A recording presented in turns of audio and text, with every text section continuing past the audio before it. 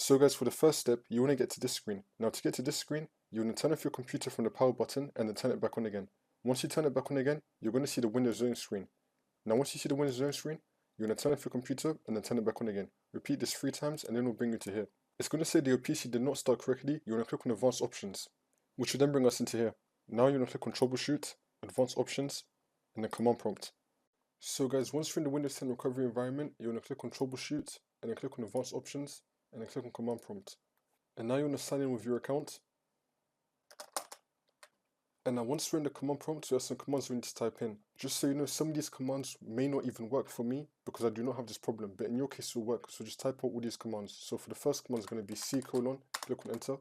And now you want to type in cd space /windows /system32 /config, click on enter. Now you want to type in md space backup, click on enter. Now you want to type in copy space *** space backup, click on enter. And now you want to type in cd space regback, click on enter. And now you want to type in copy space *** space ... and click on enter. Again, for me it does not work because I don't have this problem, but for you it will work.